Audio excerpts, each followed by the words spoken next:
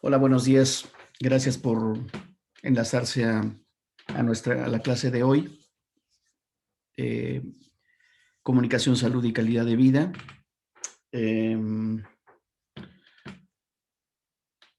Espero que estén leyendo el capítulo que les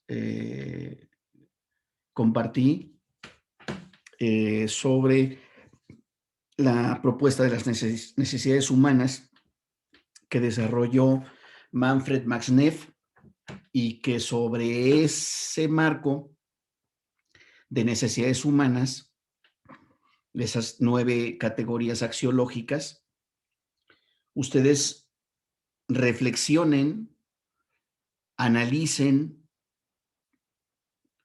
cómo se podrían mejorar o atender esas necesidades humanas en los grupos de población que tienen el padecimiento que ustedes están investigando como equipo y que lo reflejen en el ensayo.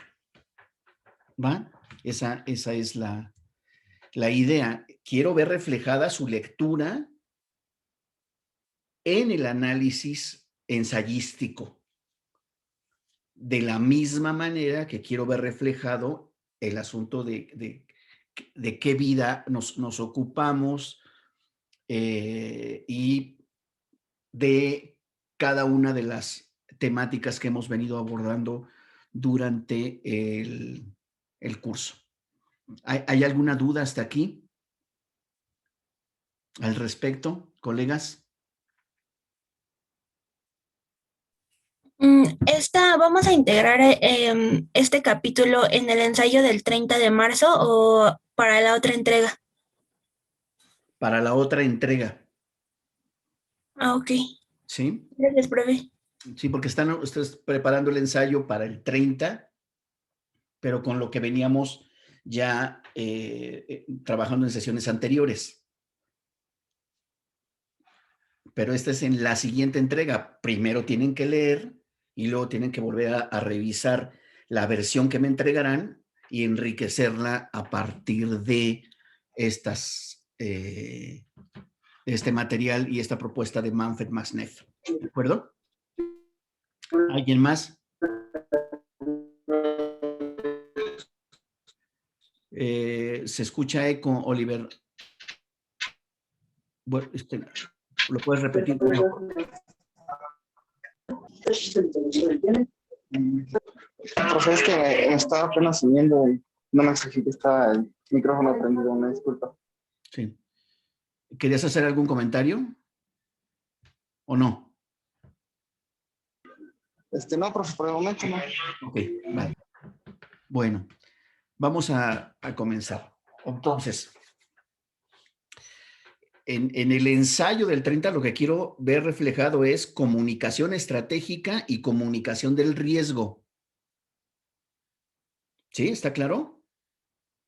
O sea, a ver, ¿cómo debería atender el sector salud a partir de los elementos de la comunicación estratégica y de la comunicación del riesgo? ¿Cómo debería tratar de mejorar esa estrategia desde la política pública en salud, generando una comunicación estratégica para atender esa problemática que afecta diferencialmente a los grupos? Esa es la idea. ¿Está?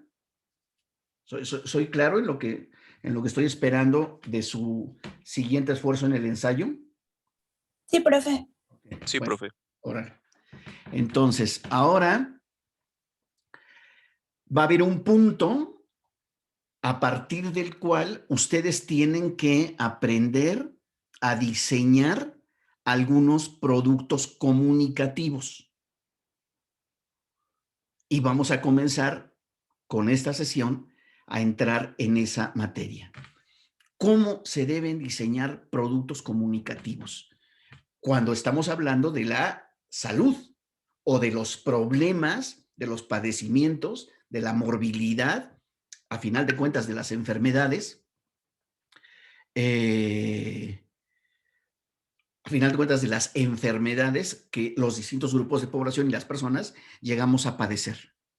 Bueno, sobre ello hay que hacer productos comunicativos, pero al tratarse de salud, tienen que, y no de la publicidad, y no de la venta de algún producto que queremos que nos compren, aquí estamos tras de la prevención, la atención, la promoción de la salud o el seguimiento de tratamientos a través de productos comunicativos, carteles, folletos, trípticos, dípticos, GIFs, videos, spots, realidad aumentada, ebooks. A través de eso es posible bajar las estrategias de comunicación y materializarlas en los productos comunicativos. Pero debemos tener mucho cuidado cuando estamos diseñando este tipo de productos, folletos, carteles, etcétera, cuando estamos trabajando con y para la salud. Tienen otros criterios, otros requisitos muy delicados, que eso es lo que voy a desarrollar en esta sesión, ¿de acuerdo?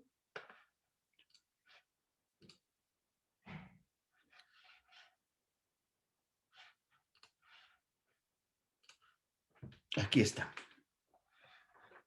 Ahí, ¿lo ven?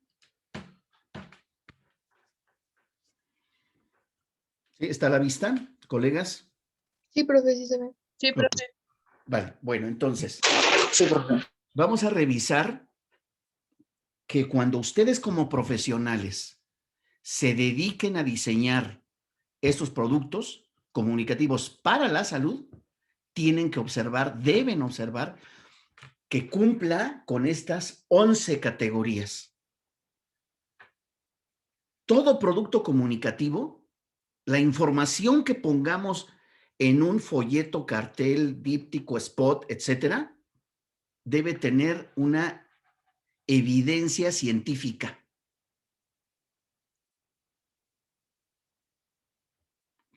Por lo tanto, no podemos poner que ya está probada en fase 3 cualquier vacuna contra el coronavirus. Porque no es cierto.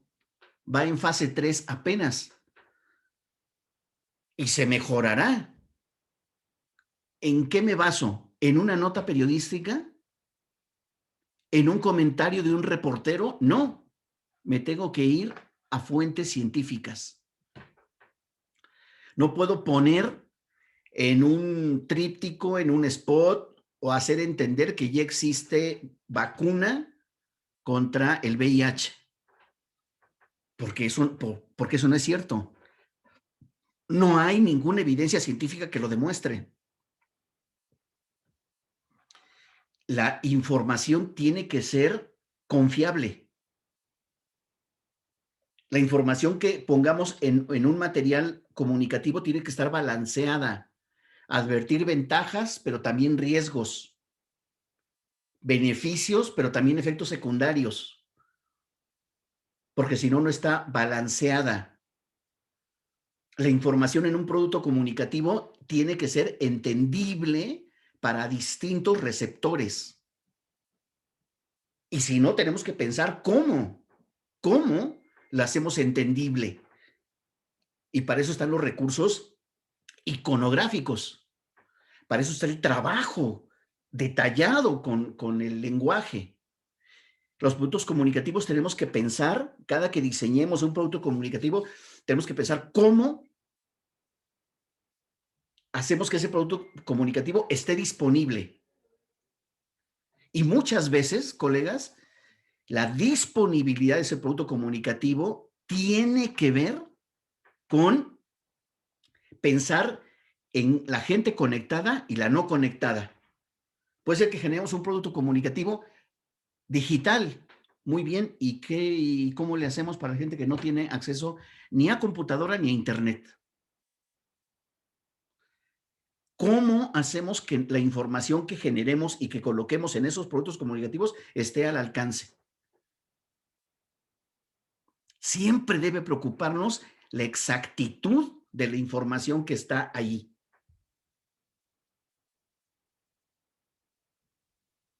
Porque, por ejemplo, usted será atendido en estas 3 clínicas en caso de padecer tal, pues esas 3 clínicas tienen que existir. La dirección tiene que estar muy bien descrita, verificada, los teléfonos tienen que estar funcionando. Y el código postal no se puede ir con un error dactilográfico o error de dedo, porque está en juego la decisión de la gente cuando va a ir a ese lugar.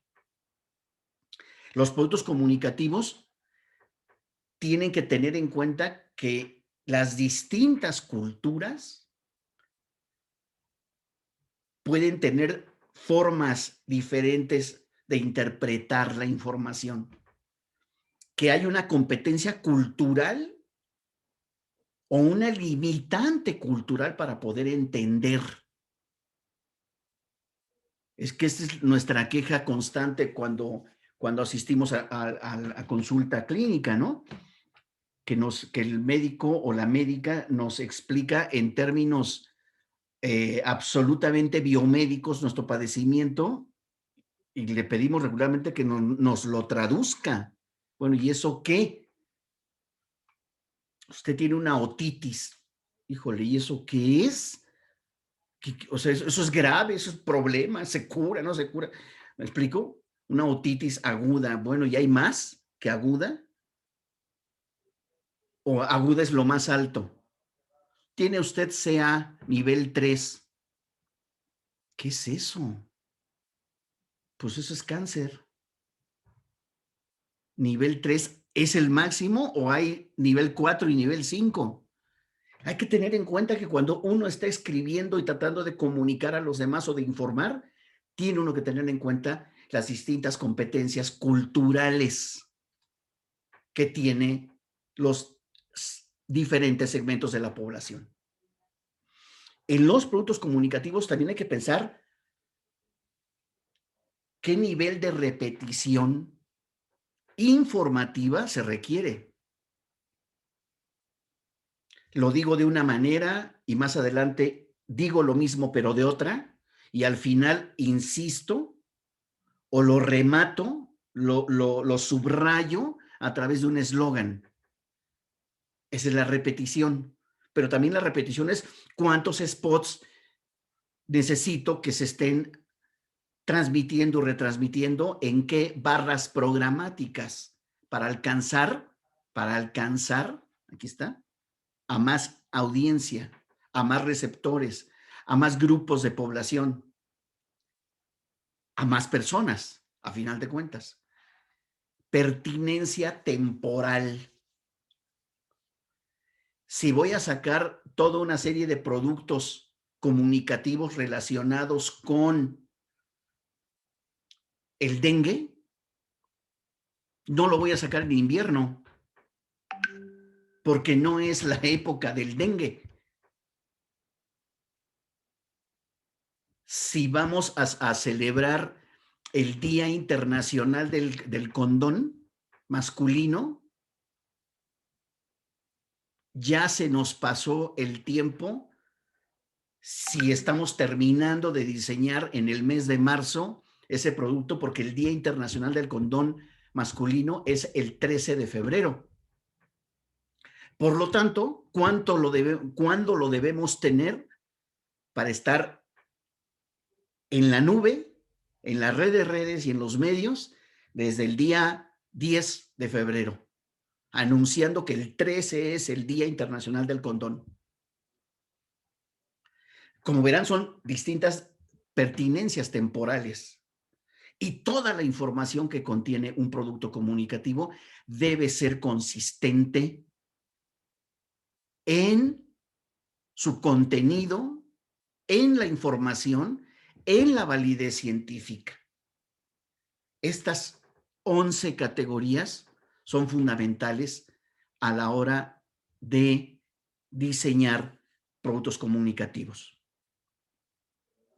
Aunque ustedes lo van a hacer como equipo, también debo advertirles que muchas ocasiones la labor de ustedes como profesionales de la comunicación es revisar, diseñar, aprobar, revisar el diseño, pero probablemente ustedes no lo hagan.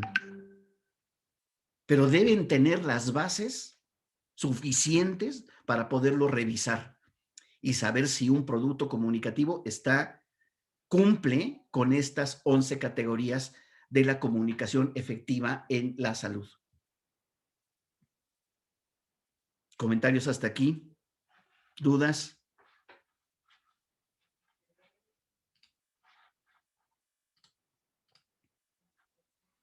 Colegas, ¿comentarios, dudas? Creo que no, profe. Claro.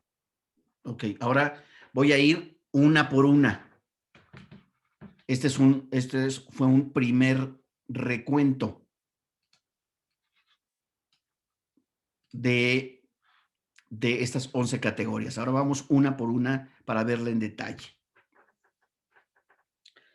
Evidencia base o evidencia científica. Busquen la información aprobada en revistas científicas, la más actualizada, resultado de investigaciones recientes. Y si no, busquen la opinión de especialistas. Pero tengan en cuenta, colegas, que aún dentro de las ciencias biomédicas, hay distintos enfoques y teorías. Por ejemplo, determinadas alergias que comprometen el sistema respiratorio, hay un debate constante y a veces un enfrentamiento entre neumólogos y alergólogos. Los dos tienen formación de especialistas, y pasaron por la carrera de medicina. Pero los neumólogos explican determinados problemas pulmonares desde cierta base teórica y metodológica y tratamiento farmacológico, mientras que los alergólogos lo hacen desde otro punto de vista e incluso contrario. Mientras un neumólogo puede decir esto es incurable, el alergólogo dice sí se puede curar con estos tratamientos. No estoy hablando de terapias alternativas, Estoy hablando de dos enfoques dentro de la medicina. Mientras un médico puede decirle a una persona que su caso es de altísimo riesgo y que necesita urgentemente una operación, una segunda opinión de otro médico puede decir, déjeme intentar primero un tratamiento antes de hacer intervención quirúrgica. Me parece que se puede salvar o evitar la intervención quirúrgica. Y otros, simple y sencillamente, la intervención quirúrgica les conviene o necesitan operar para ganarse dinero. Eso nosotros tenemos que saber que existe y no irnos de bruces con lo que nos están comentando a ciegas, o sea, no irnos a ciegas, de bruces, con lo que nos están diciendo unos especialistas por el solo hecho de ser especialistas. sino que también es posible que el especialista tenga un enfoque y puede ser que ese especialista esté actualizado o desactualizado, ¿eh? En el campo de la medicina y en general de las ciencias biomédicas, colegas, existe mucho la idea de que son infalibles y que traen la verdad en la mano y que al ocuparse de tratamiento de enfermedades y de salvar vidas, tienen un don casi milagroso, ¿no? Suprahumano. Y no, también se equivocan. También hay gente desactualizada. Hay gente que tiene enfoques viejos cuando ya hay nuevos tratamientos. Hay gente que no se certifica y que sigue ejerciendo. Entonces, cuidado con la opinión de especialistas. A veces es un buen atajo para darle la evidencia base a lo que estamos publicando. Por eso hay que considerar distintos matices. Hay que también entender que la información científica que va a contener nuestro producto comunicativo también puede tener pequeñas variaciones según la edad de las personas, según la genética, según antecedentes de otros padecimientos, según condición nutricional, según el sistema inmunológico, según padecimientos paralelos o previos. Y qué duda cabe ahora de cara al COVID, pues todo esto se está volviendo a cobrar relieve.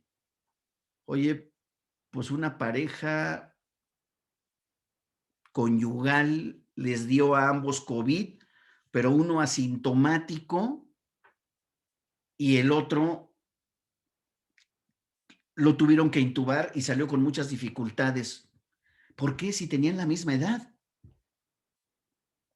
Puede ser un asunto de genética, de sistema inmunológico, de padecimientos previos, que ya le da otro curso, otro cauce a esas situaciones. Debemos contemplarlo para advertir sobre estas variaciones. Este tratamiento que lo recomienda el centro de el Instituto Nacional de Enfermedades Respiratorias es altamente exitoso, ha probado altamente su éxito, sus beneficios, ¿no?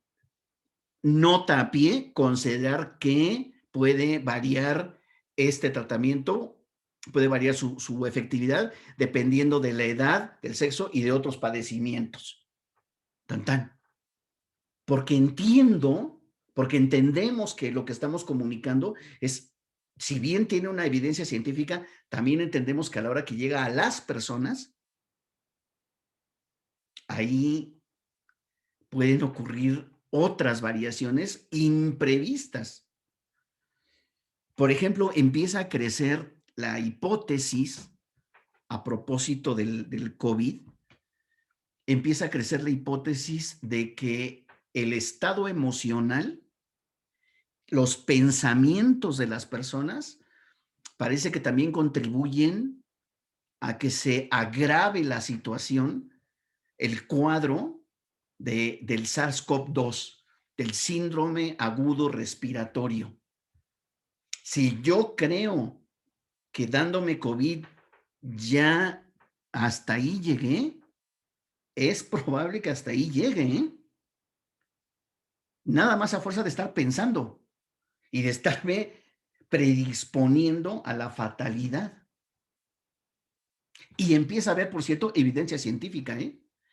Eso no quiere decir que a toda la gente que esté mal pensando o pensando catastróficamente en COVID, y la de COVID no quiere decir que toda la gente se morirá, pero parece que la hipótesis crece, ¿eh? en este sentido.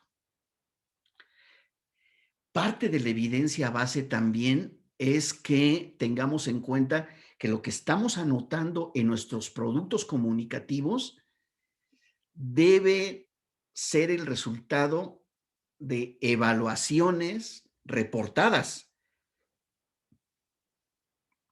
de fármacos, de medicamentos patentados, de tratamientos probados. Por ejemplo, se sabe que los medicamentos similares o que ya fueron liberados de la patente y que resultan más baratos para muchos grupos de población con menor capacidad económica, se sabe que dicen, y lo es, ¿tienen el mismo principio activo? Sí. ¿Cuestan menos? Sí. Pero como ya hace 15 o 20 años atrás, ese producto activo, ese elemento activo del medicamento se generó, se descubrió, se mejoró hace 15 o 20 años, y una vez que llegó a 15 o 20 años, liberaron la patente para poderlo fabricar en otros laboratorios sin tener que pagar por ello a la farmacéutica que lo descubrió. Entonces, su efectividad es más baja. Y resulta que los virus o las bacterias o los parásitos van mutando y se van haciendo más resistentes. Entonces, colegas, muchas veces la gente está consumiendo medicamentos similares o liberadas la patente, pero se van a tardar más en recuperarse. Van a requerir quizá el doble de tratamiento y no un solo tratamiento. Por eso, se los digo a título personal, digamos un poco al margen del curso, pero derivado de nuestro curso, siempre que les sea posible comprar los medicamentos de patente, cómprenlos. Porque la efectividad del medicamento va a ser mayor, va a ser mejor que si compran de medicamentos similares. Entonces, imagínense, bueno, las farmacias del ahorro y las del doctor Símil están metidas en ello. Y sí, sí es más barato y se entiende que en condiciones de pobreza y desigualdad, pues la gente no le queda de otra. Y sí, pero se van a tardar más. Y hay que ser muy cuidadoso porque está en juego la vida. Y también siempre mucho cuidado con las famosas curaciones milagrosas, ¿no? Que la uña de gato cura de cáncer, híjole, es un riesgo bárbaro, ¿no? Bueno, pero también las curaciones milagrosas, mucha gente no lo pierdan de vista, tiene que ver con rituales de oración. Yo fui a ver a la Virgencita de rodillas a la basílica, le pedí mucho por mí y ella fue la que me curó. Y así la cuentan. Eso está metido en nuestra cultura. Como país, como latinos, como creyentes, está metido ahí, ¿eh? Hay que tener en cuenta que con eso vamos a estar siempre, digamos, enfrentando a la información válida científica con el suficiente soporte. Bueno, y ahí están los videos de Pati Navidad, ¿no? Acerca de las vacunas y de la existencia o inexistencia de el COVID. Segunda categoría, fiabilidad. Tiene que ver con que la información sea verídica. La información que nosotros estamos poniendo, que ustedes van a poner en un tríptico, en un cartel, en un folleto, en un díptico, que van a transformarlo en un guión para un spot radiofónico, televisivo o en redes sociales, tiene que estar verificada la información. Y esa información tenemos que saber que tiene cierta estabilidad durante el tiempo. Ya hay tipos, por ejemplo, ya hay tipos de cáncer que son curables.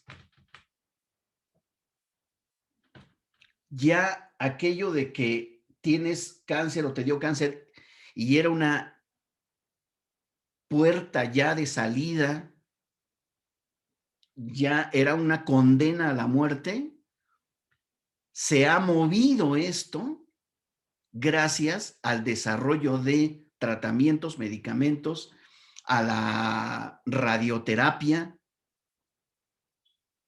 a la quimioterapia, y la gente ha salido. Entonces, la fiabilidad es, ¿este tratamiento es lo último, lo mejor, lo más actualizado, lo más avanzado, o estoy avisando de un tratamiento ya rezagado? En el tema de VIH, cuando empiecen a llegar las inyecciones mensuales o trimestrales, pues será gradual la manera en la que podrán llegar a las personas que viven con VIH. Mientras tanto, habrá mucha gente que seguirá con sus tomas diarias, una o dos tomas diarias, a base de los comprimidos, los antirretrovirales. ¿Me explico? Entonces, la fiabilidad tiene que ver con qué tan actualizada está nuestra información y tener siempre cuidado que podría estar por aparecer la próxima semana un nuevo tratamiento o que un tratamiento ya no funcione. Pero también puede ser que ese tratamiento sea en general el más usado por ser uno de los más de menor costo para el sistema de salud pública.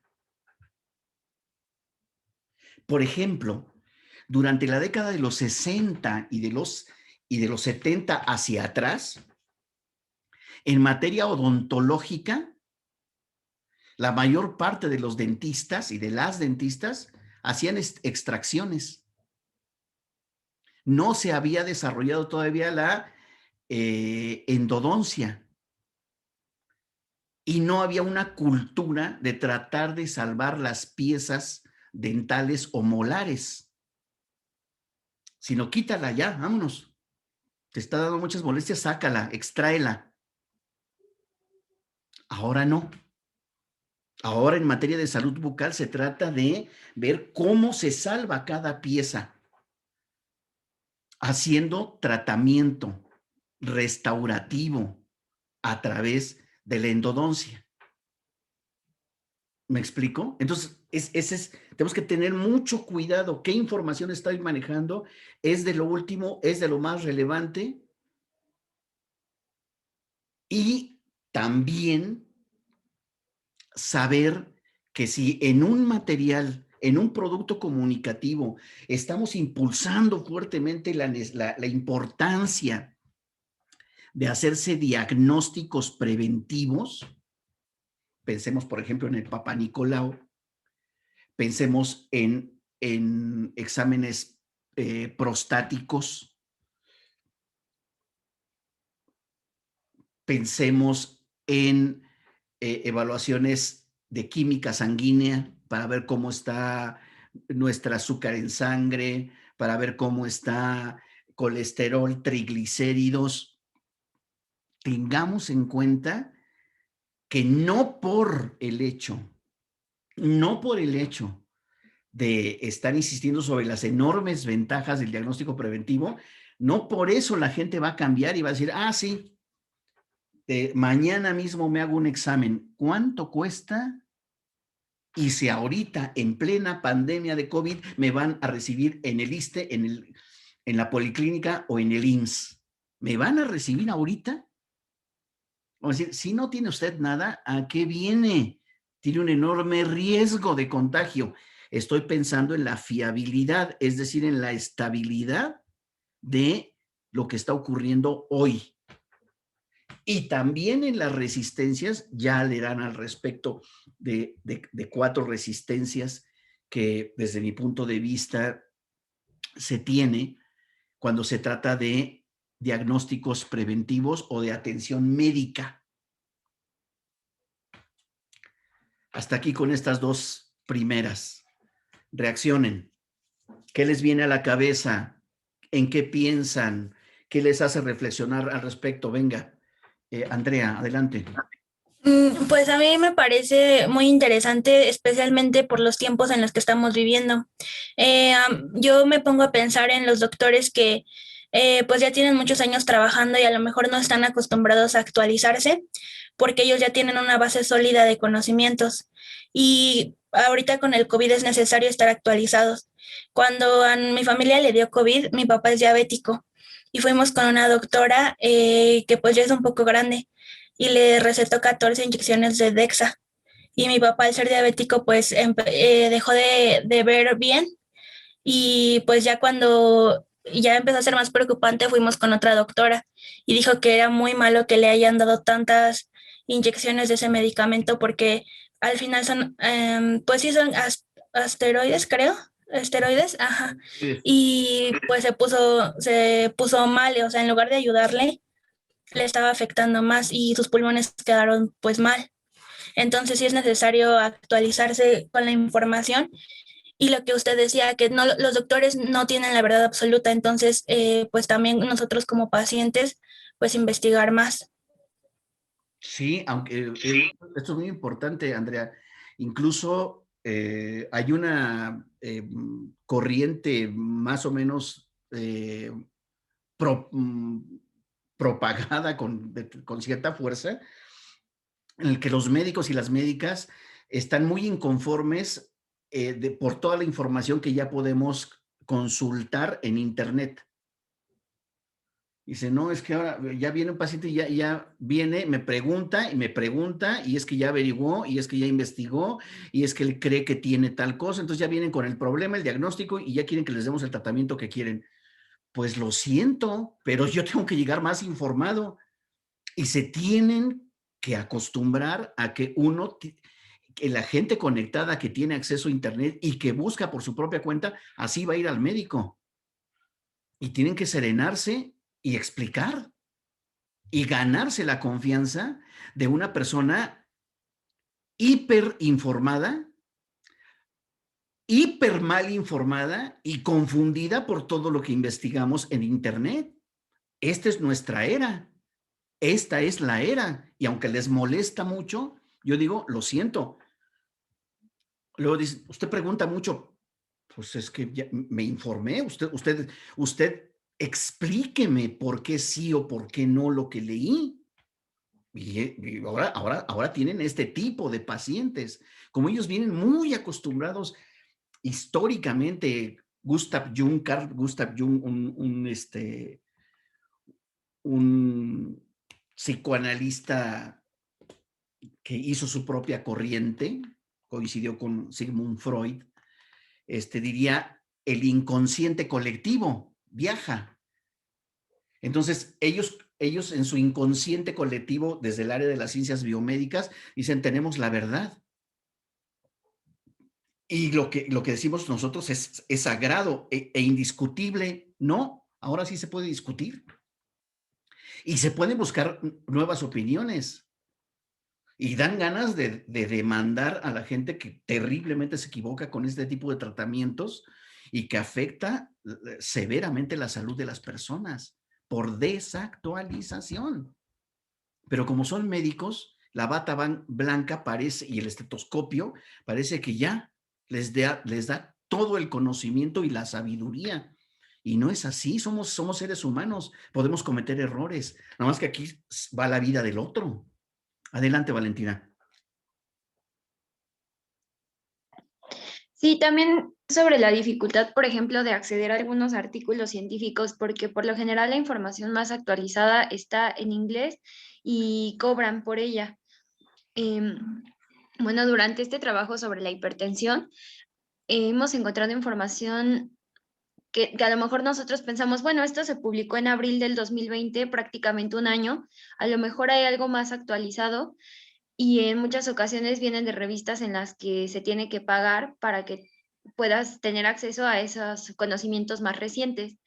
Y también por otro lado, pues eso habla de pues de la hegemonía como de los descubrimientos científicos que se publiquen mayormente en inglés y en revistas de Estados Unidos, pues hay como cierta hegemonía en ese sentido también. Sí, sí, tienes toda la razón en esto que nos comparte Valentina, pero me parece también que lo que podemos incomodarnos o estar en desacuerdo, pero por lo menos nos ayuda a saber cuáles son las reglas del juego.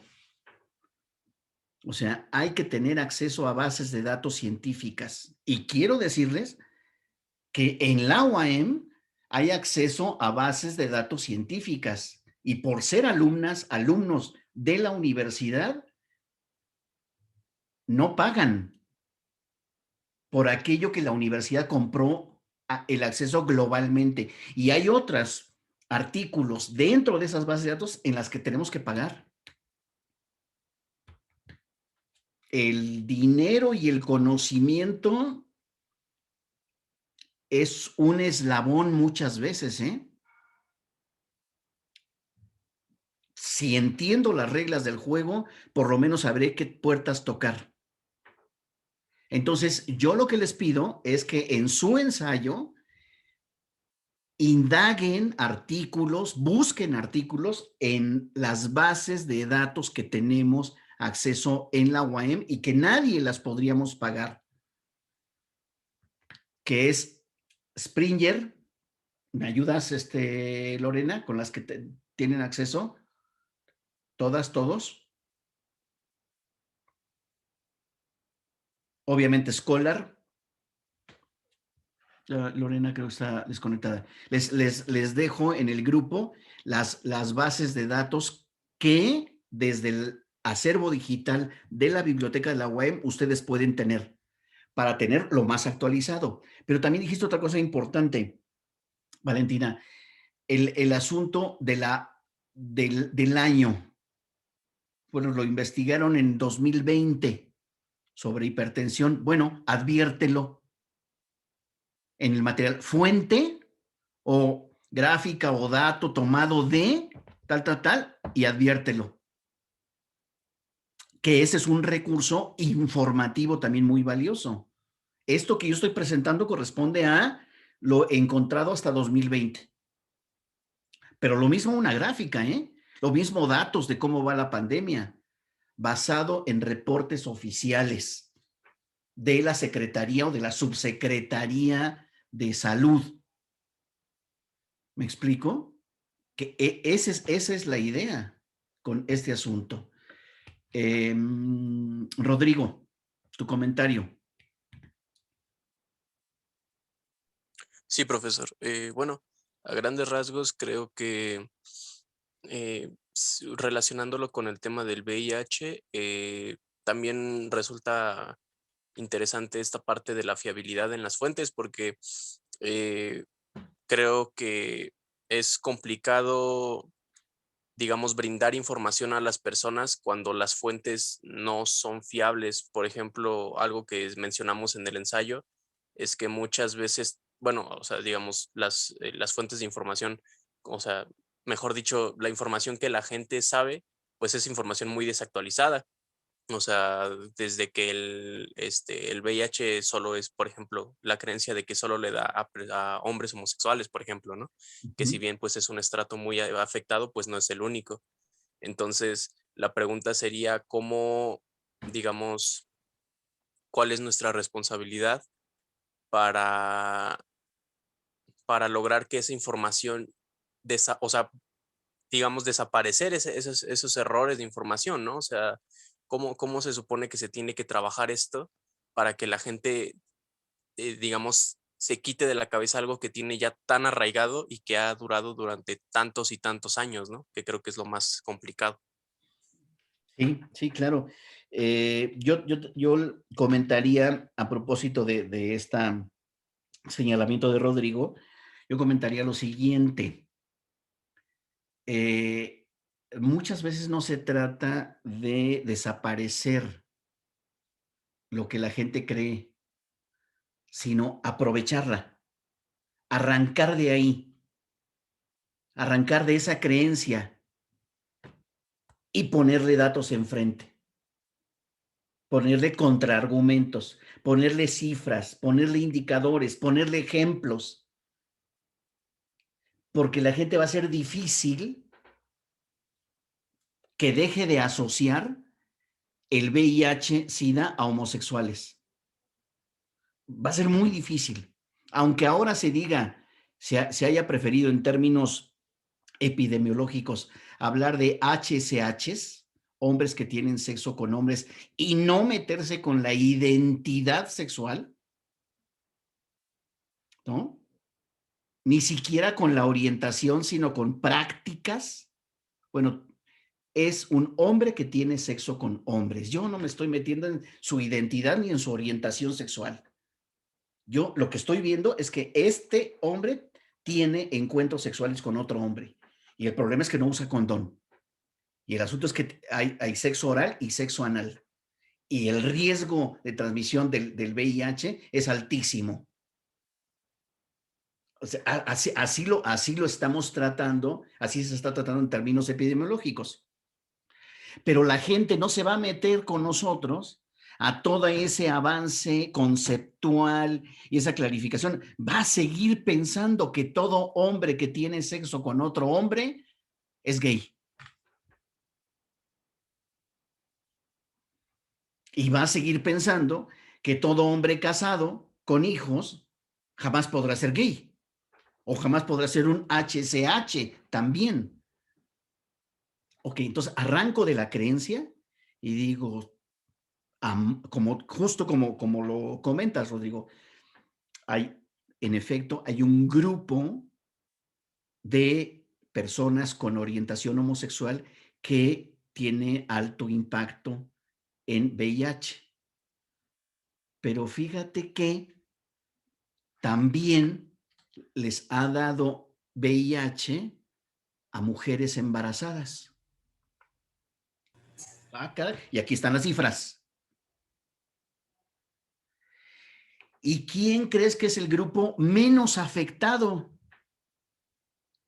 en VIH? Las trabajadoras sexuales. Y aquí está el dato. Y el grupo más afectado, los trabajadores sexuales. Y el grupo con mayor incidencia, con más casos nuevos, personas transexuales, mujeres trans. Aquí está el dato. Como verás, no estoy diciendo no, homosexuales no. Ya no es así, sino sí, pero ahora acompañemos y vayamos agregando y que la gente integre.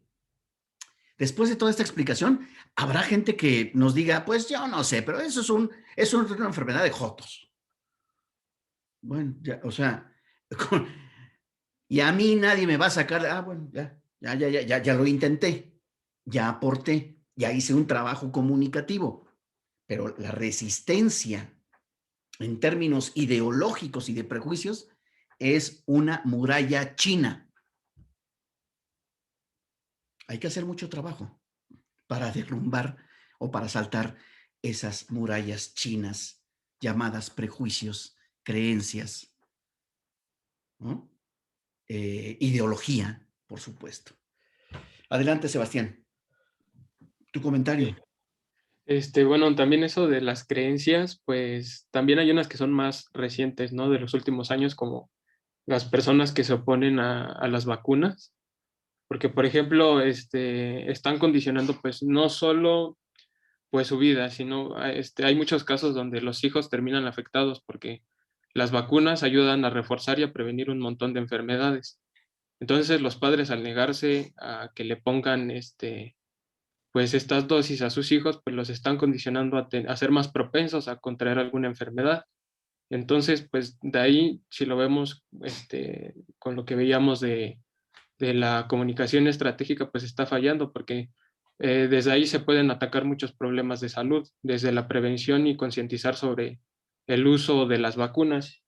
Y también hace ratito que estaban mencionando sobre la información científica, creo que también es importante en la fiabilidad el saber escoger la información científica, no porque encontremos información en una revista significa que pues va a ser de mucha confianza. También debemos de como adquirir ese criterio para saber escoger la información científica, saber distinguir pues tal vez no caer como en esa etiqueta, pero sí cuál revista o cuáles autores pues tienen como un poco más de prestigio y confiabilidad, porque pues también hay que aprender a distinguir entre las fuentes que tenemos disponibles. Sí, sí. Ahora lo retomaré, este, este, este señalamiento que haces de las publicaciones científicas. Ahora lo retomaré, pero tienes toda la razón. El criterio, pero tiene su complejidad, Sebastián, es un mundo, es todo un mundo, requiere de mucho análisis y a veces las campañas no te esperan, ¿no? Entonces, es un desafío, es un reto bioético para nuestro ejercicio profesional y saber que estamos metidos en ello con ese riesgo y con esa dificultad bioética sirve mucho. Adelante, Rebeca. Sí, bueno, yo iba a comentar de que a mí se me hace interesante esta parte de la información, de dónde la sacamos, porque, bueno, por ejemplo, en nuestro caso, que nos tocó diabetes, había como que sí información, pero la mayoría no era de aquí de México. Entonces, pues también no todos los artículos, por muy buenos que fueran, pues nos iban a servir porque, pues por el contexto y por cómo estamos viviendo actualmente en la pandemia, pues esa información no sirve aquí, digo, a lo mejor funciona en España o en otras partes, pero aquí en México pues tiene que ser diferente, ¿no? Entonces yo creo que también, como ya lo decía Valentín y Sebastián, es importante no solamente verificar que sean fuentes que realmente estén actuales y que estén sirviendo, sino también verificar si esa información que estamos adquiriendo pues nos sirve para aplicarla en el contexto que nosotros estamos viviendo. Sí, sí, totalmente de acuerdo. Ahora lo retomaré. Ahí va. ¿Alguien más? ¿Alguien más? Bueno, va. Bueno, entonces, solo para cerrar el comentario de Rodrigo y compartirlo, por supuesto, con todos, se trata muchas veces de aprovechar la creencia incluso, de arrancar de ahí e irla complementando con datos, cifras, ejemplos. Algo ganaremos con la gente que no se enceguece o que no se endurece con esa creencia y que no la sacan de ahí.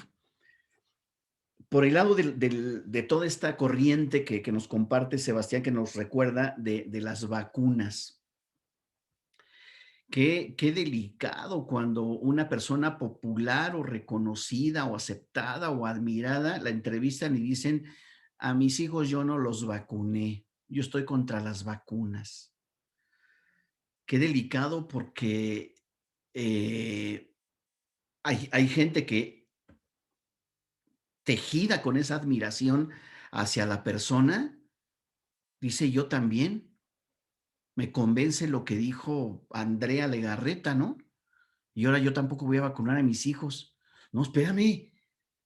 O sea, qué delicado y forma parte de lo que nos vamos a encontrar en la comunicación estratégica, que de pronto personas populares empiezan a decir que no tal cosa, ¿no? Negacionistas de los beneficios de la vacunación infantil en este caso, pero también negacionistas de las vacunas de ahora, de COVID.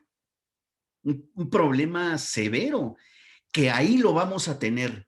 Entonces nosotros tenemos que generar productos comunicativos que enfrenten, que sepan que se van a enfrentar, que van a entrar a un remolino donde ya preexiste esa corriente antivacunas.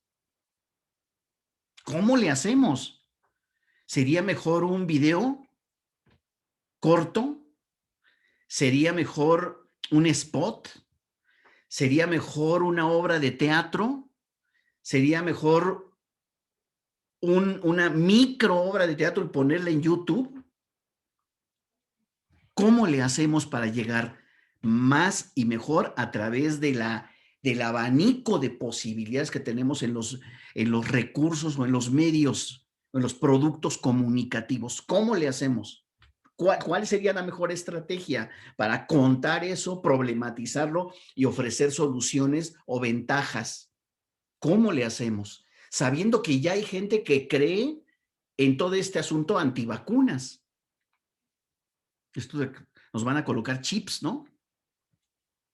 Con la del COVID.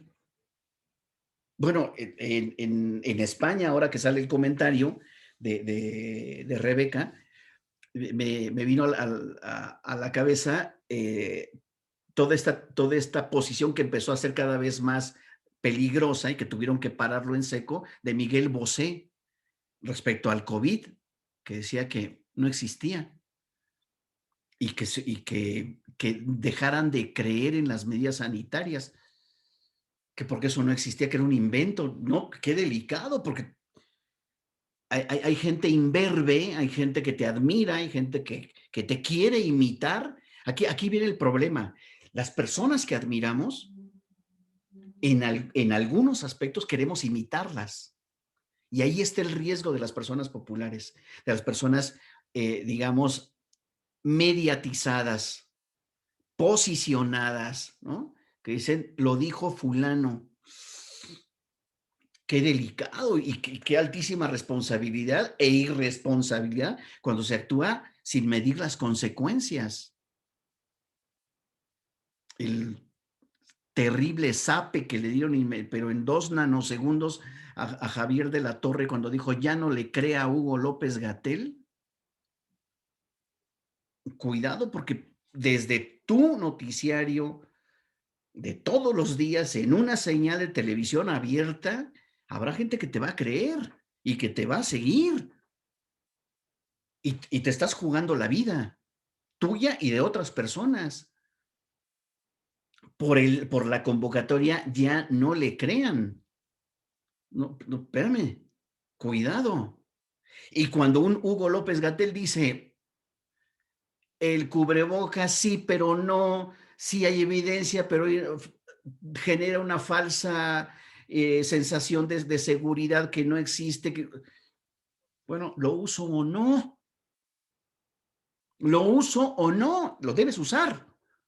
Punto. Te protege.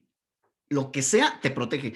Por supuesto, un cubrebocas con los criterios tecnológicos y el material apropiado para detener un virus que mide, que su dimensión es en nanómetros, no lo alcanzamos a ver.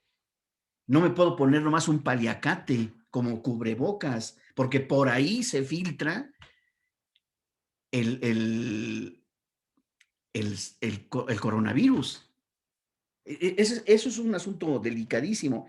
Y en este tema de las revistas, sí, es muy delicado. No es en automático que si está publicado en una revista científica, ya, eso es. ¿Qué nos sirve, colegas? ¿Qué nos sirve? Conocer parte de los fraudes y de los intereses de las empresas y de las mega empresas tienen intereses en los problemas de salud. A principios de los años 80, con el VIH,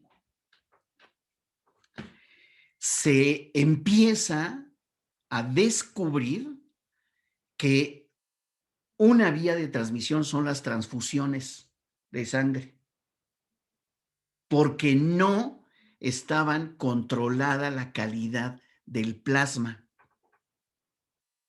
Sí, nomás que detrás de eso había megaempresas, laboratorios con enormes ventas de sangre para transfusión que compraban en Haití a muy bajo precio, en África a muy bajo precio, en Centroamérica a muy bajo precio y luego la exportaban a todo el mundo en todos los hospitales. Y un grupo de investigadores en aquellos principios de la década de los 80 empieza a publicar en una revista científica que se estaba propagando el VIH porque la vía era la transfusión en sangre contaminada con el virus. Pues impidieron por todos los medios que ese artículo en ese número de esa revista circulara y apareció inmediatamente otro negando que a través de la transfusión fuera la propagación del crecimiento de la propagación del VIH. Porque iban a hacer quebrar a las empresas que se dedicaban a la venta y al transporte de bancos de sangre. Este fue un asunto que nos enseña mucho sobre esto que ha comentado Sebastián. Sí hay que tener cuidado y sí hay que saber que hay intereses y demás, sin que ello nos lleve a una paranoia permanente de no confiar en nada. Nada menos ahora la carrera por las vacunas. ¿Por qué hay tantas? ¿Por qué está la china? ¿Por qué está la rusa? ¿Por qué está la suiza? ¿Por qué? ¿Sí me explico? ¿Por qué? Porque es una carrera. El que encuentre la vacuna con una sola dosis y alta efectividad y alta protección, se la va a llevar en ventas y en ganancias, porque la va a requerir todo el mundo. El que descubra que la vacuna, que una determinada variación de la vacuna ya se puede aplicar a niños y a personas menores de 17 años y que va a quedar protegida y que lo demuestre, vámonos. Es decir, vemos que hay cuestiones ineludibles entre la economía, las ganancias, el capitalismo, el neocapitalismo, las enfermedades, los tratamientos y demás. Mucha gente se ha preguntado, ¿por qué no se ha descubierto una vacuna contra el VIH? ¿Por qué no se pueden poner laboratorios a trabajar durísimo sobre este asunto, como lo hicieron con este coronavirus, ¿no? El COVID-19, el SARS-CoV-2. ¿Por qué no?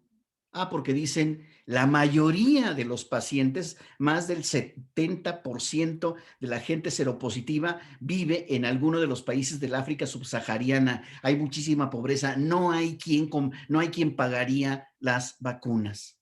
No tendríamos ganancia. Y eso ha ralentizado, ha alentado el acelere por buscar una vacuna contra el VIH. ¿Y cuánta población lo padece? Como el 3%, el 4% de todo el mundo. No, pues no es negocio. ¿Y qué tal el COVID? ¿No se preguntan por qué hay tantas vacunas tan rapidísimo, incluso sin cumplir la tercera fase? ¿No se preguntan? Porque todo el mundo, todos los países, haciendo de tripas corazón, muchos de ellos van a tener que comprar la vacuna. Este es el tema. Y termino antes de darle la palabra tanto a Leo como a Valentina con el comentario de Rebeca. Indudablemente la información científica sirve. Pero, a ver, háganse la siguiente pregunta. Dicen, es que no hay información disponible en México. Lo acepto. Pero algunas veces, colegas, se debe a que no han encontrado la puerta apropiada, el lugar, el sitio en Internet, la base de datos que sí contiene esa información. Y les paso otra pista. También pueden pedir la información por transparencia, por los portales de transparencia.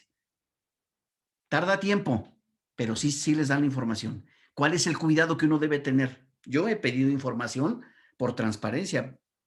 A través de los portales de transparencia, yo he pedido información de este campo de lo biomédico, ¿eh? y me llega la información. Sí, pero el cuidado que hay que tener es que hay que ser muy cuidadoso en qué piden y cómo esperan la entrega de esa información. ¿Cuáles son las variables que requieren? Porque si piden de una manera difusa y confusa, se las mandarán. Ya se quitaron otra petición, vámonos. Y son capaces de mandarles copias en PDF, archivos en PDF, ¿eh? Pero también son capaces de mandarles una base de datos que quién sabe qué significa la columna A, B, C, D, F, G, H, quién sabe qué significa. Hay puros números, no le entiendo nada porque no fueron precisos o precisas a la hora de solicitar la información. Adelante, Valentina, y enseguida con Leonardo. Tu comentario, Valentina. Y sobre el tema de los antivacunas, creo que no solo afecta que no quieran vacunar a sus hijos, sino que afectan a toda la población, porque hay enfermedades que ya se consideraban, pues no erradicadas, pero ya estaban de alguna manera controladas. Sí, Y con los antivacunas ha habido rebrotes, como por ejemplo el sarampión o la fiebre amarilla. totalmente de Entonces, me acuerdo. parece que a esto se refiere, ay, no recuerdo el autor que habla sobre las necesidades cuando dice que hay patologías colectivas y Claro, una ideología como los antivacunas se transforma en una patología colectiva, así es. por un lado. Y por otro, sobre el tema de la medicina en general, en una ocasión un profesor nos puso a leer un texto sobre cómo la medicina en realidad ya no está orientada para curar a los pacientes, sino para que sean de cierta forma clientes constantes. Y pues lo vemos ahora con este tema de la vacunación, ¿no? A fin de cuentas, al igual que en algún momento mencionó sobre los medios de comunicación, las farmacéuticas también son empresas y también tienen intereses. Entonces, claro que les conviene personas que requieren medicamentos de por vida, como los diabéticos, porque van a ser clientes frecuentes. Entonces, esta parte de la orientación de la medicina, ya no a curar, sino a tratar, pues también es algo muy, pues interesante y que pone a pensar también en las cuestiones éticas de esta área de conocimiento. Muy bien, muy bien, Valentina. De acuerdísimo. Ahorita lo retomo y qué bueno que lo sacas y que lo pones aquí en la sesión. Ahora lo retomo. Leonardo, adelante. Hola, gracias. Bastante parecido a lo que lo que planteaba Valentina, sobre que muchas veces empresas incluso pagan realizar estudios a conveniencia, ¿no? O realizar estudios que beneficien a sus propias empresas. Recuerdo que se hablaba mucho, por ejemplo, de estudios sobre el tabaco y las tabacaleras, ¿no? Y todo el poder o la influencia que tenían las tabacaleras para minimizar los riesgos del tabaco, ¿no? Y que mucho después se vio que, pues, el tabaquismo es una enfermedad, ¿no? Y una enfermedad que cuesta muchas vidas al año. Y pasa pues así en muchas materias, ¿no? Por ejemplo, también en alimentación, pues el hacer productos saludables y nutritivos y que muchas veces o que la mayoría son comida chatarra, ¿no? Y se vio apenas con lo del etiquetado, que ya se ha hablado mucho. Y sí, por ejemplo, también con personas que viven con VIH, pues es un negocio completo, ¿no? El tener pacientes que estén comprando pues de por vida un medicamento y muchas veces pues ese negocio no permite que haya inversión en investigación dirigida hacia la cura, ¿no? Sí, ahora lo retomo, eh, tu comentario, me parece muy oportuno. ¿Alguien más? Bueno, este aspecto de cómo se ha orientado, cómo se ha movido la atención hacia de los padecimientos, parece que es tratar de mantener pacientes clientes y de no buscar una cura, porque entonces si no, ¿de qué va a vivir la industria farmacéutica, no? con muchísimo cuidado. Debemos tomarlo con pinzas porque no es recomendable caer en peligrosos excesos o extremos.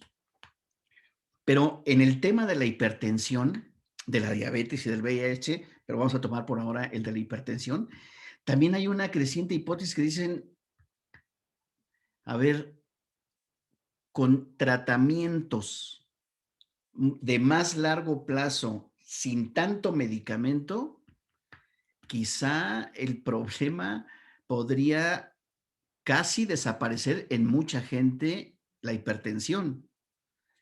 Si modifica la dieta, si gradualmente regresa a la actividad física y si hace el consumo de determinados complementos probados científicamente, y parece que la atención, incluso complementado con yoga, con la meditación.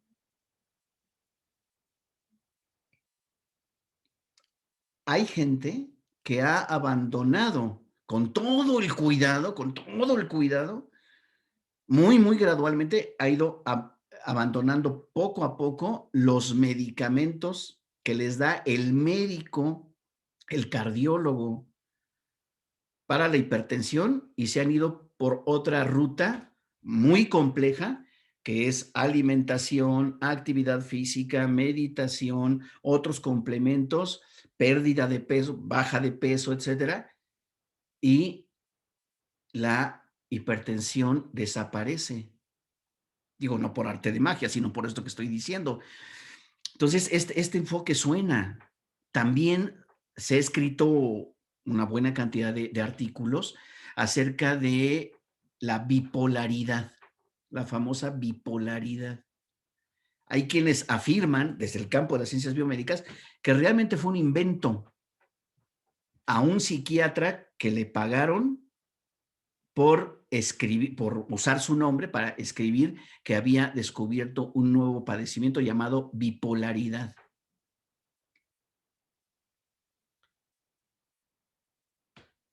Y a algunos adolescentes, hombres y mujeres, algunas jóvenes, hombres y mujeres que no saben, no aprendieron a manejar la frustración, los etiquetaron como bipolares. Y órale, a medicarlos, porque soy bipolar. Espérame, esto se resuelve de otra manera, aprendiendo a manejar la frustración, aprendiendo a desarrollar el buen sentido del humor, ¿no? Aprendiendo a manejar las relaciones y las interacciones, y no lo etiquetes como bipolar, porque ya lo tienes todos como cliente de por vida a tomar medicamento. En otro sentido, con algunos riesgos, por supuesto, pero hay un título, hay el título de un libro maravilloso que borda sobre este tema, que se llama Más Platón y menos Prozac. Es decir, lee más filosofía y verás que varios medicamentos como el Prozac, que es un antidepresivo, te va a sacar. Cultívate, mejora tus pensamientos, lee filosofía, lee aquellas cuestiones que se llaman terapia invertida, que no es ninguna onda lésbico gay, sino la terapia invertida es enseñarle a la gente cómo es que le gusta, cómo es que de pronto tiene inclinación a amargarse la vida. Y que debe detenerse con ese tipo de pautas recurrentes a ver todo como una tragedia.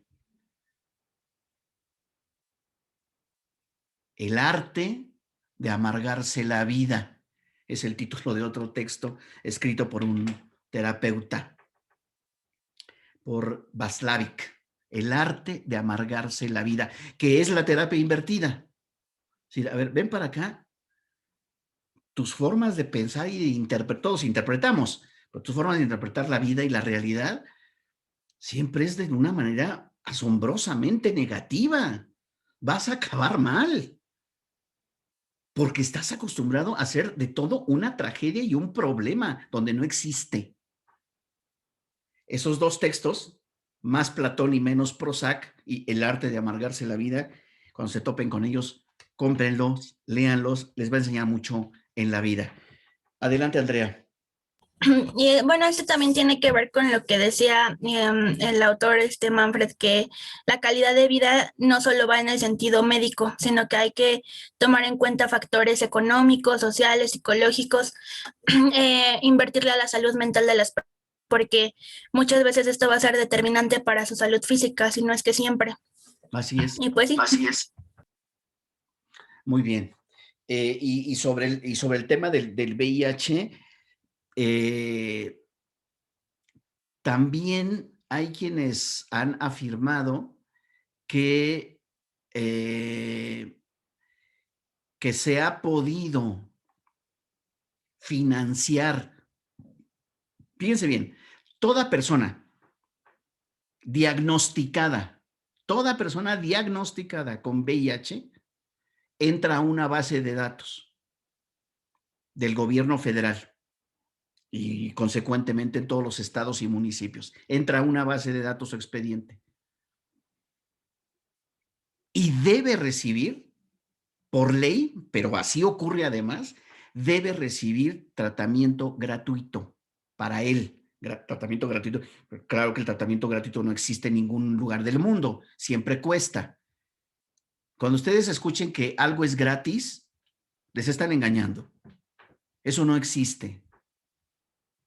Eso no existe. Las cosas siempre cuestan, los servicios cuestan, los productos, lo que nos dan cuesta, alguien lo paga. Alguien lo paga. Se maneja gratuito para ganar voluntades, pero eso no existe.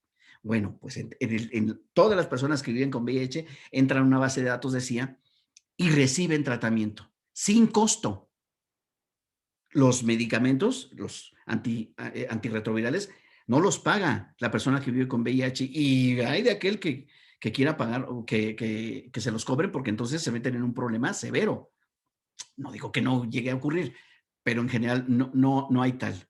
Pero además tienen derecho y deben recibir atención psicológica, atención psiquiátrica, atención odontológica, atención nutricional, por todo el cuadro que genera vivir con VIH.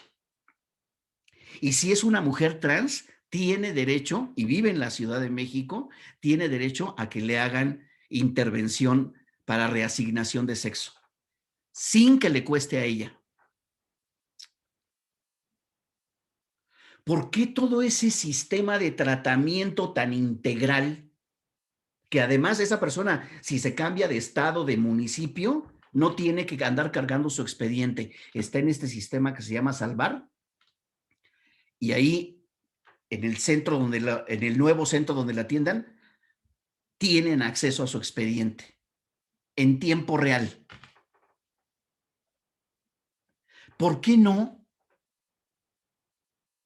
ocurre lo mismo con diabetes? Soy diabético, soy diabética, me dan mi tratamiento, debo tener derecho a un régimen alimentario, atención psicológica, psiquiátrica, nutricional, y a que donde yo me mueva me sigan atendiendo. ¿Por qué no? Porque son millones de personas las que padecen diabetes. No alcanzaría. En cambio, en VIH bordean los 270,000 o 300,000 en México. Pues es una cifra manejable. Entonces sí se puede. Sí, cuando son poquitos. Si son millones, ya no se puede. Ya esa política de salud ya cambió. Ya no se puede. ¿Sí se dan cuenta? O sea, pregúntense por qué con determinados padecimientos sí se logran hacer ciertos bienes y servicios y atenciones y con otros no. Los padecimientos rarísimos, que dan 1 en 10,000, 1 en 100,000, regularmente en los países, en general en los países, reciben la mejor atención y la más alta especialización. Los casos raros se llaman atención de tercer nivel. Se generan tecnologías, prótesis, las operaciones de más alto riesgo, los mejores especialistas, sí, pero es 1 en 10,000. Y con esos casos se publican artículos científicos a partir de esos pacientes. Hay un lucro también, tanto en conocimiento como económico, en esos asuntos. El número de nacimientos a través de cesárea ha crecido los últimos 25 años. ¿Por qué? Porque los médicos y las médicas y los parteros y las parteras no están dispuestos a invertir 10, 15 o 20 horas en trabajo de parto. Y arman a veces todo el asunto de complicaciones y posibles repercusiones y que dificultades y que si el niño viene sentado o de espaldas, no digo que no se presenten casos, pero son los menos. Pero arman todo un rollo con tal de cesárea. Porque enfrentar un parto llamado normal, es decir, por vía vaginal, es por supuesto una decisión de la madre, respetabilísima. No quiero y no quiero y ya, ¿no? Y no quiero padecer el trabajo de parto, está en su derecho. Pero muchas madres quisieran el parto, muchas mujeres quisieran el parto natural. Pero los médicos, los ginecobstetras, llevan a sus pacientes a la cesárea. Además de que cobran, pues se dedican 2 horas, 3 en lugar de 20. Volvemos entonces al enfoque de cómo ha cambiado y cómo sigue cambiando el enfoque de la atención médica. Esa que nos venden tan diáfana, tan pulcra y tan fuera de todo interés, no hay tal. Ese tipo de reflexiones espero en sus ensayos también. ¿Me explico? ¿Comentarios? Jorge Alberto, tu comentario.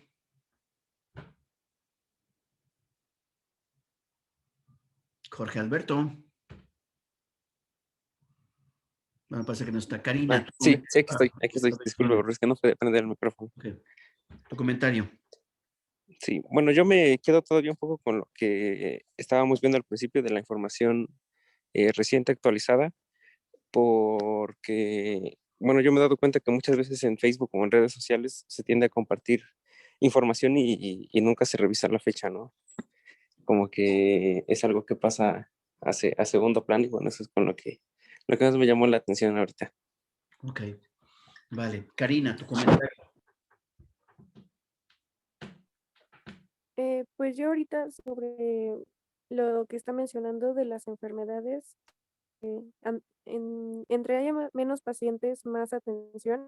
No lo había pensado de esa forma, ¿no? Porque la mayoría a lo mejor pensaríamos que no habría muchos estudios sobre eso, medicamentos, pero realmente ahorita pensando, pues luego hay mucho desabasto de medicamentos para las enfermedades que son más comunes, ¿no? Y bueno, ahí hemos visto, ¿no? Cómo los papás hacen marchas para, por ejemplo, los que tienen niños con cáncer, ¿no? Entonces, sí, no había pensado en lo absoluto en que realmente la situación era al revés. Sí, bueno, pues esa es la idea de esta clase de comunicación, salud y calidad de vida, ¿no? Para pensar en todo lo que se mueve en algo que aparentemente es muy lineal. Usted tiene tal padecimiento, tiene seguridad social, sí, que está afiliado al IMSS, a la Policlínica, al ISSSTE, entonces lo van a atender, ya, se acabó. No, hay un enredijo entre telones, dimensiones, intereses, uno tras de otro. Y en esa selva estamos para ejercer la comunicación en salud. Antonio, tu comentario. Sí, bueno, a mí me llamó mucho la atención ahorita que decía sobre los libros de Más Platón y Menos Prozac y el otro, El arte de amargarse la vida, porque pues siento que también podría ser como el mismo enfoque que da hacia lo que decía, de que hay personas que se predisponen a la enfermedad del COVID pues sí, sus efectos son más fuertes o algo así. A lo mejor sí la misma gente, en vez de ver una oportunidad, a lo mejor hasta para cambiar sus hábitos, lo ve como algo que ya de plano los va a matar. Entonces, como dice, a lo mejor ese aspecto mental tiene un papel muy importante y si la gente está pensando que pues, ya por eso se va a morir, pues, puede pasar. Muy bien. Bueno, ahora vamos a hacer lo siguiente para la clase del jueves. Voy a compartirles en el grupo toda la presentación. O sea, voy a compartirles todas las láminas de las 11 categorías. ¿Las ven? ¿Sí? Sí, profe. Okay. Entonces, nos quedamos aquí en la fiabilidad. Quiero que cada una y cada uno de ustedes revise las restantes, las lea con mucha atención y hagan sus propias notas. Este resumen de cada categoría está basado en lo que estoy dejándoles aquí en esta última lámina 19. Y quiero que hagamos entonces una sesión el próximo jueves para agotar una por una de la categoría 3 a la 11 con sus comentarios, reaccionando. Hagamos un ejercicio dialógico. ¿De acuerdo? La revisan, toman nota en qué me hizo pensar esto, qué ejemplo puedo aportar, cómo lo puedo aplicar al tema que estamos trabajando con mi equipo. Es un trabajo individual, ¿eh? ¿Cómo lo puedo trabajar con el equipo? ¿En qué me lleva a pensar? ¿Qué debemos tener con cuidado? Porque esto va enfocado a cómo hacer productos comunicativos. ¿De acuerdo? Lo revisan todo de aquí al jueves y tienen sus notas a la vista y empezamos con un ejercicio dialógico. Está aquí en la lámina, aquí en esta lámina están las referencias y el acceso a los textos en los que me basé para hacer este resumen. ¿Está? ¿Está claro lo que hay que hacer, colegas? Sí, Para- profe. Sí, profe. Perdón. Ok. Profe, ¿los textos que vienen en las referencias los tenemos que leer o solo es cada una de las láminas?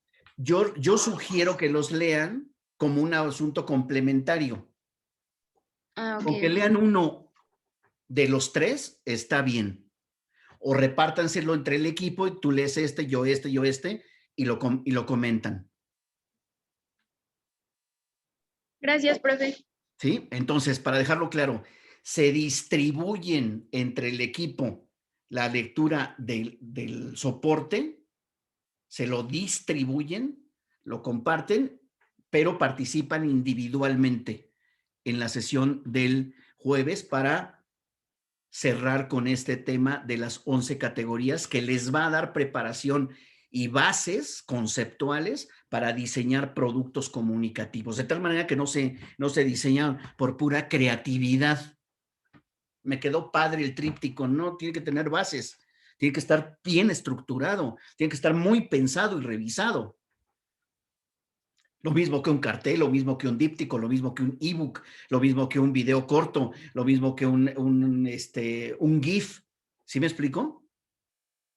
Para eso es este asunto. Nos vemos el próximo martes. Gracias por haberse conectado. Cuídense mucho. Sana distancia, uso de cubrebocas, lávense las manos, cuídense a ustedes para que cuiden a los demás y a sus seres queridos. Hasta luego.